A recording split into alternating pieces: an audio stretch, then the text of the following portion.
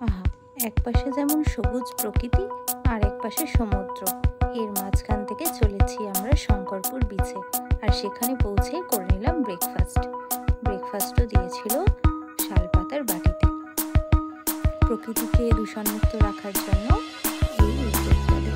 যাই হোক, এই হচ্ছে শঙ্করপুর বিচ। শান্তশিষ্ট, খুব একটা জনসমাগম নেই। মন ভরে এখানে সমুদ্রকে উপভোগ করা যাচ্ছিল, আর বিচটাও খুব সুন্দর সাজানো। হ্যালো বন্ধুরা, আপনারা কেমন আছেন? আশা করছি সবাই খুব ভালো আছেন।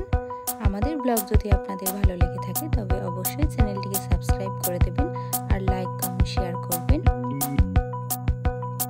আর এই হচ্ছে শঙ্করপুর বিচে কারুকার্য, বেশ ডলফিন ব্যাঙের ছাতা দিয়ে সাজানো।